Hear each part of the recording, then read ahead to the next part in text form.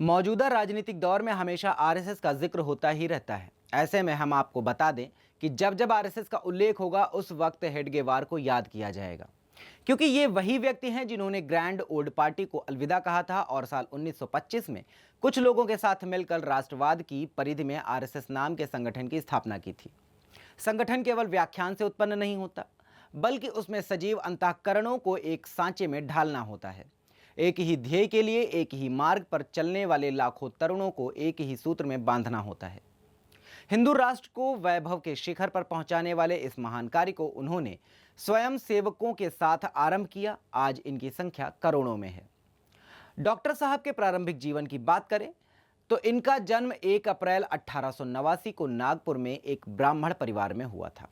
बचपन से ही क्रांतिकारी स्वभाव के रहे डॉक्टर हेडगेवार अंग्रेजी हुकूमत से नफरत करते थे। उन्होंने 10 साल की उम्र में ही रानी विक्टोरिया के राज्यारोहण की 50वीं जयंती पर बांटी गई मिठाई को फेंक दिया था और विदेशी राज्य की खुशियां मनाने से इनकार कर दिया था। ऐसा ही एक किस्सा 16 साल की उम्र में भी हुआ। दरअसल क्लास में अंग्रेजी निरीक्षक निगरानी के लिए स्कूल पहुंचा। उस वक्त उन्होंने सहयोगियों के साथ मिलकर वंदे मातरम का नारा लगाया था। उनका यह हौसला देखकर अंग्रेज पिनक गया, यानी गुस्सा हो गया, चिढ़ गया, जिसकी वजह से उन्हें स्कूल से निकाल दिया गया था। डॉक्टर हेडगेवार ने पूना के नेशनल स्कूल से मैट्रिक तक की पढ़ाई पूरी की थी। डॉक्टर हेडगेवार ने 1910 में मेडिकल की पढ़ाई के लिए कोलकाता का रुख किया। उस वक्त तक वो क्रांतिकारियों के संपर्क में आ चुके थे और वहां उन्होंने उनसे काफी कुछ सीखा भी। मेडिकल की पढ़ाई पूरी करने के बाद डॉक्टर साहब 1915 में नागपुर लौट गए और ग्रैंड ओल्ड पार्टी कांग्रेस में सक्रिय भूमिका निभाने लगे। 1920 में कांग्रेस के नागपुर अधिवेशन में डॉक्टर हेडगेवार ने पूर्ण स्वतंत्रता को लक्ष्य बनाने का प्रस्ताव रखा। हालांकि वह प्रस्ताव पारित नहीं हुआ। 1921 में डॉक्टर साहब ने असहयोग आंदोलन में भागीदारी निभाई और 1 साल की सजा भी काटी, लेकिन बाद में कांग्रेस और गांधी से उनका मोहभंग हुआ था। डॉक्टर साहब के जीवन में बाल गंगाधर तिलक और विनायक दामोदर सावरकर या वीर सावरकर का गहरा प्रभाव रहा है। आरएसएस की स्थापना विजयदशमी के दिन 1925 में हुई थी। संघ के संस्थापक सदस्यों में विश्वनाथ केलकर, भाऊजी कावरे, अन्ना साहने, बालाजी दुदार, बापूराव भेदी शामिल थे। हालांकि संघ अपना स्थापना दिवस नहीं मनाता है, बल्कि इसे विजयादशमी उत्सव के रूप में मनाया जाता है और उसमें शक्ति की उपासना की जाती है। डॉक्टर साहब के विचार और संघ की प्रेरणा की बातें वो ये हैं कि संघ का कार्य व्यक्तियों को जोड़ने का है, ना कि तोड़ने का। अच्छे संस्कारों के बिना देशभक्ति की भावना पैदा नहीं होती। हिंदू समाज को संगठित और जागृत करना ही राष्ट्र जागृत है और ये राष्ट्र हित में है। भावनाओं में बहकर या आवेश में आकर कई लोग सामाजिक हितों के लिए खड़े हो जाते हैं, लेकिन मुश्किल वक्त में पीछे हट जाते हैं। ऐसे लोगों के साथ समस्याओं का समाधान नहीं किया जा सकता। राष्ट्र सेवा सर्वोपरि है। राष्ट्र जीवन के विविध क्षेत्रों में स्वयंसेवकों ने जो कार्य प्रारंभ किए हैं, उन्होंने तो उन क्षेत्रों में बहुत थोड़े ही सही पर विचार क्रांति ला दी है।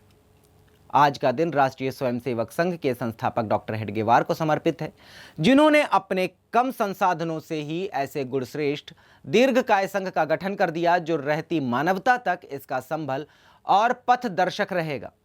आपको बता दें कि आज राष्ट्रीय स्वयंसेवक संघ के संस्थापक और प्रथम सर संघचालक डॉक्टर केशव बलिराम हेडगेवार की जन्म जयंती है।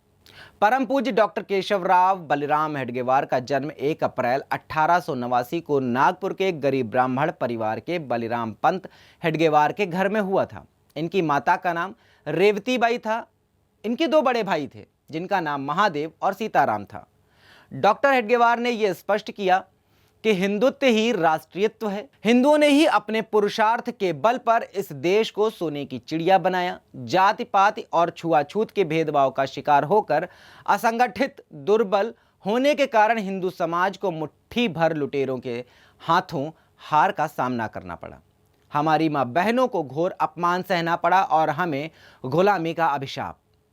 उन्होंने निर्भीक स्वर में हिंदू राष्ट्र की घोषणा की। अंग्रेजी हुकूमत के खिलाफ अपनी आवाज बुलंद करने वाले हेडगेवार बचपन से ही क्रांतिकारी स्वभाव के थे।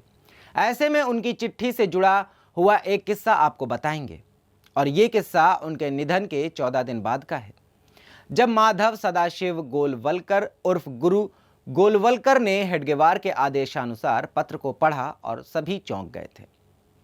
हेडगेवार का 21 जून 1940 को नागपुर में निधन हो गया था। उन्होंने निधन से एक दिन पहले गुरु गोलवलकर को एक चिट्ठी सौंपी थी। ये चिट्ठी डॉक्टर साहब के निधन के 14 दिन बाद खोली गई और इसने सभी के होश उड़ा दिए, क्योंकि इस चिट्ठी के जरिए हेडगेवार ने अपना उत्तराधिकारी चुना था। आसान भाषा में कहें तो डॉक्टर साहब ने अगले सर संघचालक के नाम से पर्दा उठाया था। बंगाल से डॉक्टरी करने वाले डॉक्टर हेडगेवार का उत्तराधिकारी अप्पाजी जोशी को समझा जा रहा था, लेकिन गुरु गोलवलकर का नाम किसी ने सोचा भी नहीं था। आखिरी चिट्ठी में हेडगेवार ने लिखा था, इससे पहले कि तुम मेरे शरीर को डॉक्टरों के हवाले करो, मैं तुमसे कहना चाहता हूं कि अब से संगठन को चलाने की पूरी जिम्मेदारी तुम्हारी होगी। गुरु गोलवलकर ने यह चिट्ठी 3 जुलाई 1940 को संघ के तमाम बड़े नेताओं के सामने पढ़ी। डॉक्टर साहब कहते थे कि राष्ट्र को सुदृढ़ बनाने के साथ साथ हिंदू समाज को संगठित, अनुशासित और शक्तिशाली बनाकर खड़ा करना अत्यंत आवश्यक है। आज पावन व्यक्तित्व वंदनीय हेडगेवार जी की जन्म जयंती पर उन्हें शत शत नमन करते हुए उनके पावन जीवन का दर्शन जनमानस को करवाते रहने का संकल्प सुदर्शन परिवार लेता है। अभी के लिए बस इतना ही। कल फिर आपसे मुलाकात होगी किसी महापुरुष के अनकहे किस्सों के साथ। तब तक के लिए जय हिंद।